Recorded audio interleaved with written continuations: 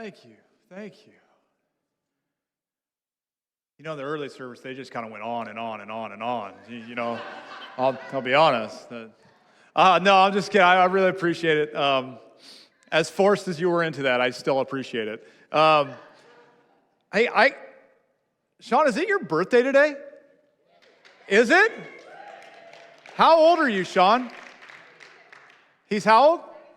Oh, nobody cares about 36. That's not a birthday. Call us when you're 40, Sean. It's my dad's too, so you guys got the same birthday. So he's old because I'm almost 40, so he's old.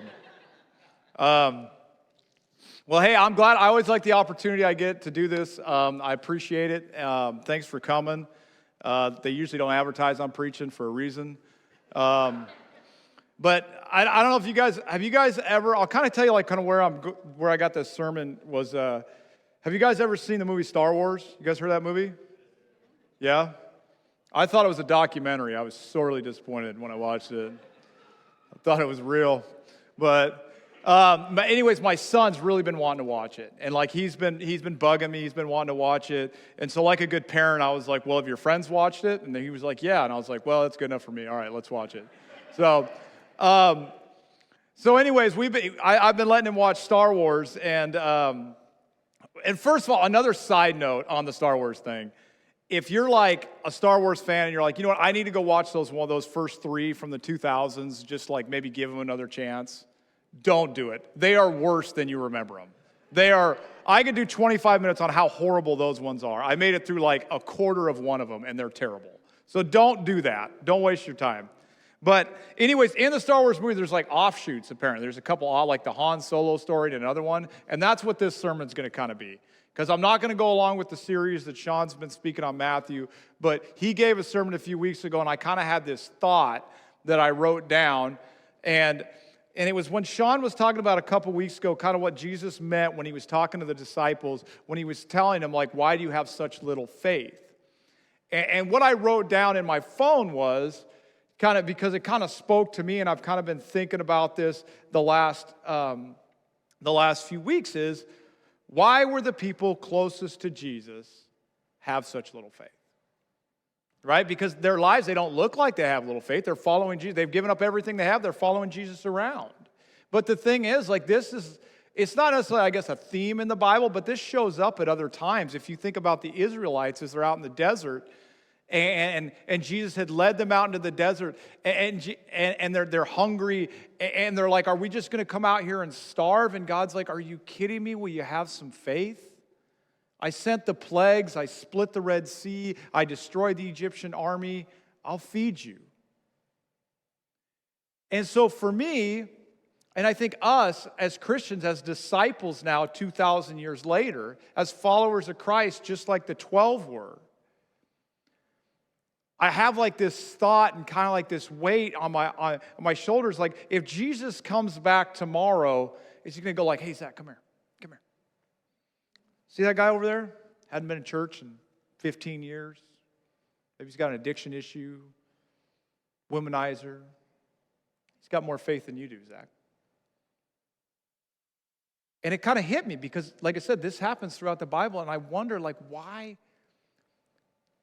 Like, how can this happen as Christians where God would say to us, like, why don't you have as much faith as they do?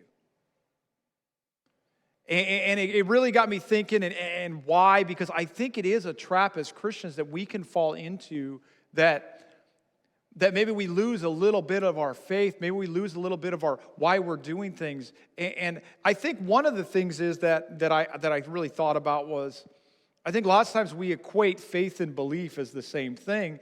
And I feel like belief, we've kind of lost the meaning of belief, you know? Like if somebody came up to me and they're like, hey, Zach, you think this junky old ladder would hold me?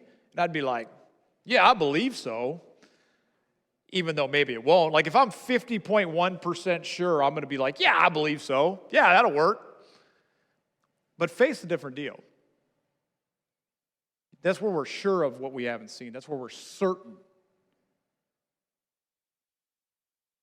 And I wonder why, as Christians, sometimes God has said this to us. I think the other thing might be this too. I think the other thing that happens to us as Christians lots of times is we do, oh man, I hate this when it doesn't do the Face ID and all my notes are on here.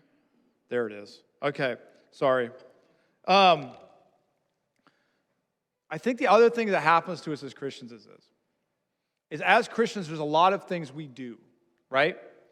And we accept God into our hearts. We say, God, you are powerful, you are mighty. We know you'll take care of us. You feed and you clothe the birds. We know you'll do the same for us. And then we start doing all these things that we know are good and uplifting to God, like going to church, doing Bible study, reading our Bibles, praying, tithing, and all these things that we know that Christians do and that we do all the time. And we do this every week, and we constantly do it. And I think what it becomes a habit, which is a good thing. These are good habits to have. But I think lots of times they just become part of our daily life, and they're just another box we got to check. We got to pay our bills. We got to pay our tithe, and we got to do this. We got to do that. We got to do this, and we kind of just go through life, and we start checking the boxes, and they start to become one of the monotonous things we have to do, like getting up and going to work. Well, Sunday we got to go to church, and then we got to do this, and I think lots of times we lose the why of why we're doing these things. And I think that's maybe why sometimes God could look at my life and say, Zach, where did your faith go? Yeah, you're doing a lot of the right things, but where's your faith?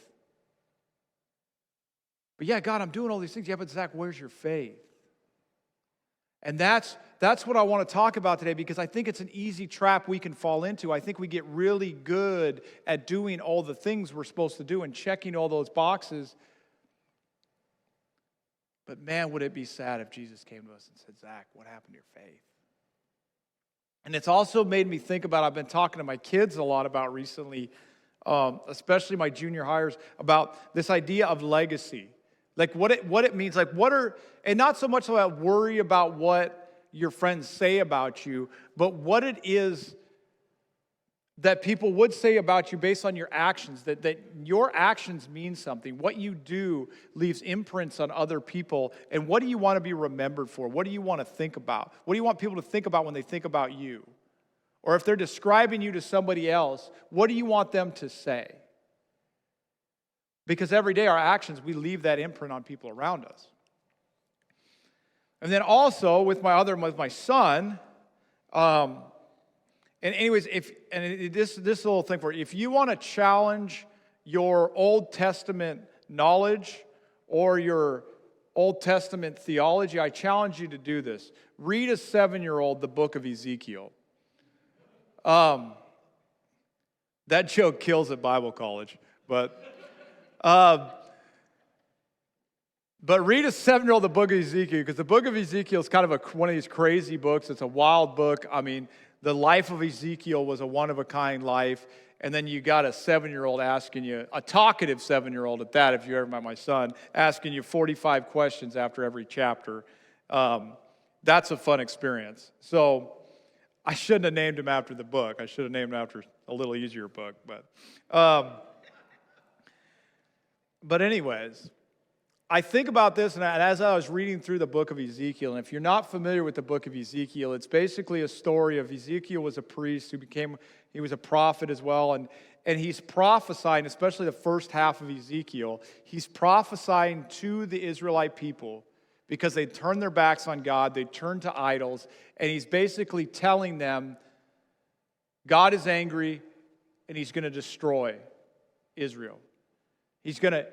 There's going to be death, there's going to be destruction. The people who don't die are going to be scattered across the earth, or they're going to be captives by the Babylonians. And they're coming.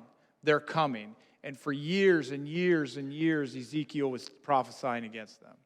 And the thing about Ezekiel one of the things that makes him so unique is the things that God asked Ezekiel to do to kind of portray what was going to happen. Like one time he lays on his back for a really, really long time. I think it was almost a year, where he's called to lay on his side and prophesy. At one point he eats a scroll. He does these outlandish things. And even at one point, the other prophets, the false prophets in Israel, start telling all the other Israelite people, don't worry about Ezekiel. He's been telling us this for years. It's not going to happen forever. Just chill out. Just keep doing what you're doing. And day after day after day, Ezekiel for years wakes up and he tells the message that God has called him to do. He wakes up and do this really not a very fun deal, going out and telling the Israelites all these horrible things that are going to happen and all the evil things they've done. And this isn't like a Jonah situation where the Ninevites turn away from what they did and become redeemed, but this is a story where the Babylonians end up coming. And the last half of the book is Ezekiel actually saying that we're going to return to Israel at some point. But that first half, every day he wakes up and he goes out and he does what God calls him to do. And I think about, what do you think about when you think about Ezekiel? What kind of man, what kind of legacy did he leave? And the thing about Ezekiel, when you break it down, besides doing outlandish kind of crazy things that God called him to do, the thing is the guy woke up with faith every day. The guy woke up, he wasn't checking boxes. He wasn't marking things off his list.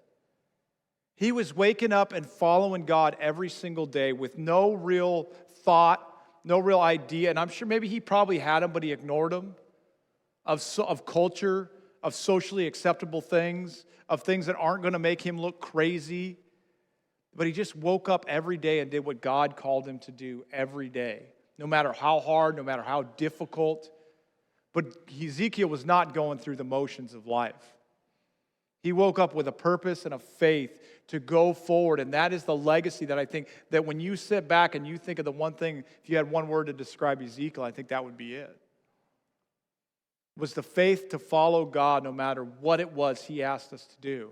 And I think so many times as Christians we get caught up in the fact of checking the boxes and making it look good and doing it right, doing it the right way, and sometimes, so many times, we forget to look up. Ezekiel, when I read that story and I think about it, that's a man who woke up and he looked up and said, what am I doing today? He didn't so much look at the task right in front of him, but he looked up. Maybe he wasn't happy about it. Maybe he struggled with some of it, but the guy went out and he did it and he looked up and he knew the reason he was doing it. You know, it's kind of interesting. I actually took a sales training. So I'm like in agricultural sales, and I took a sales training, and I've been to a few of them, but this last one I took was really good. It was actually from a guy out of Purdue, and they actually study more agricultural sales, but he actually did something really smart, and it's kind of obvious. Instead of like figuring out how do we sell, he went and actually studied buying habits and tried to figure out why people buy, right? Then you could sell a lot easier if you know how people buy, right? It kind of makes sense. But he kind of went through the history of sales. And so if you look back like at the 50s, for like 30 years, sales was this. It was features and benefits. That was sales.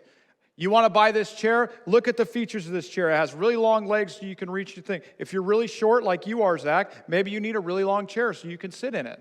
You know? Look at the cushion on this chair, Zach. You're getting a little overweight. This would be perfect for you.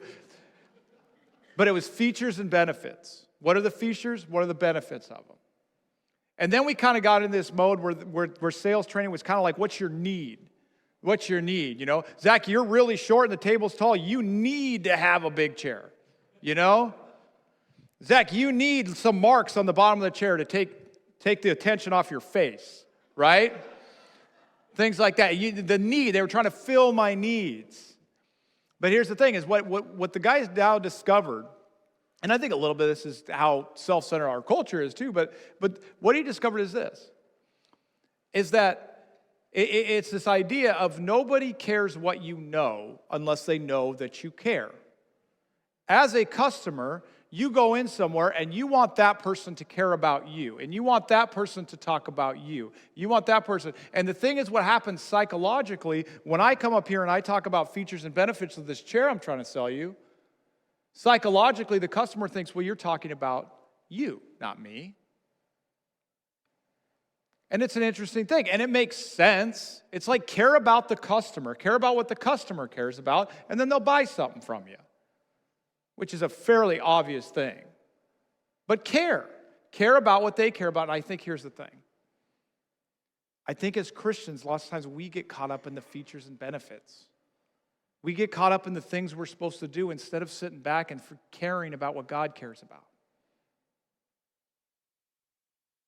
I think so many times we get focused on the what we're trying to do every single day and how we are going to do it, that we lose sight of why we're doing it and what God has called us to do. I think it's very easy for us as Christians where we do these things, like we live our life a certain way and we have certain rules and we follow certain things, and it's easy to just keep feeling like, man, if I just keep doing it, and it's all about me. If I just keep doing it. And sometimes I feel like that maybe we feel like God needs us instead of the other way around. And I think it becomes a real cycle for us, and I think that's lots of times how us as Christians, God kind of whispers in our ear and goes, hey, where'd your faith go? You know, throughout Paul's writings, Paul is writing to churches. I did it again. There it goes. I'm sorry. Anyways, but throughout his scripture, Paul's writing to different churches that he started or that kind of come from his tree. But in every single, like most of his writings, he's writing to churches that have issues in their churches. And he is addressing the issues in the churches, you know, individual issues, things that were going wrong in the churches, and he gives them teaching and he gives them guidance and he gives them things, and they're very applicable to what we're doing now. But I feel like also when you look at Paul's greater message to each one of these churches, it's kind of the same. If you summed it up in a real simple sentence, and so let's look at a couple of them. Let's look at the church at Corinth. The church at Corinth, so 2 Corinthians, we're going to lead to them, there was division and there was doubting Paul's apostleship. And so if we look at 2 Corinthians 5, he says, therefore we are always confident and know that as long as we are at home in the body, we are away from the Lord. For we live by faith, not by sight. We are confident, I say, and would prefer to be away from the body at home with the Lord. So we make it our goal to please him, whether we are at home or we are in the body whether we are at home, in the body, or away from it. You see, Paul is saying, yeah, you've got these problems, but you guys look up. Look at what's going on. Look towards God. In Galatians, basically, you had a faction of people telling people that they need to follow the Mosaic laws. And I love this one, because I feel like this is something that God needs to say to me sometimes, and this is the thing. He starts out in Galatians 3, you foolish Galatians, who has bewitched you? Before your eyes, Jesus Christ was clearly portrayed as crucified. I would like to learn just one thing from you. Did you receive the Spirit by the works of the law or by believing what you heard?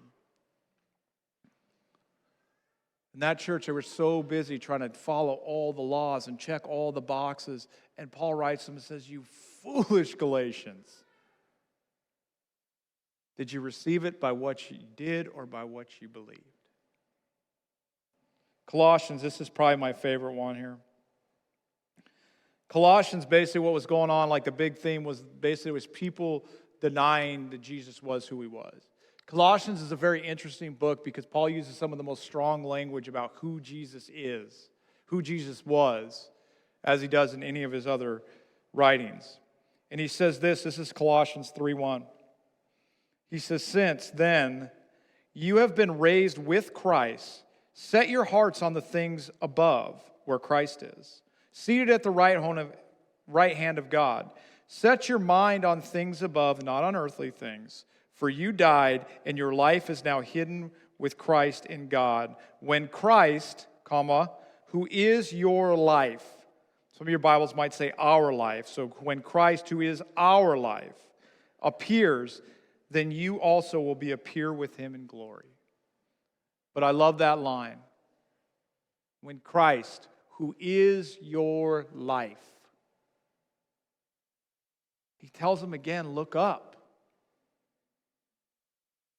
So many times we look right in front of us and we try to check the box and we try to do the thing. And over from the front to the back, the Bible says, look up. I'll tell you a quick story, like a quick example, and it's actually just about this sermon. I got a text on Friday from Sean, and it said, "Hey, Zach, what are you preaching about?" Probably because he wanted to say it in his video.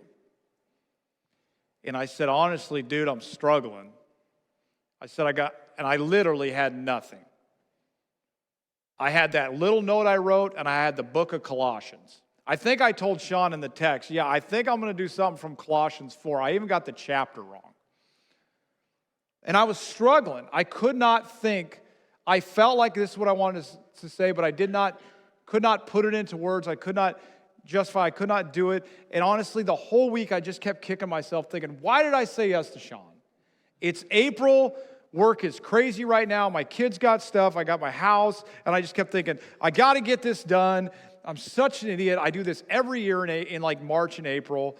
And I'm taking like 50 phone calls a day. I can't think, and and then finally it was Friday, and I was like, dude, it's Friday, Zach.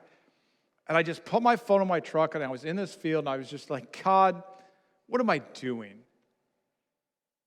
Like, you idiot. You just made this like some other box you got to check, like one more thing I got to get done. And I made it about me. I made it one more thing, that I got to do. I got to get this done, and I forgot. I'm just an idiot who's not afraid to talk in front of people with a microphone. That's all I am. But it's an opportunity for God to use me. It's not something that I'm great at. And I was trying to do it myself, and I was trying to check that box, and I threw this thing in the list with everything else, with work, kids, everything else, and I forgot, look up. And you know what? I never got a phone call the rest of the afternoon. Turned off my radio in my truck, and yeah, that's how it works, duh.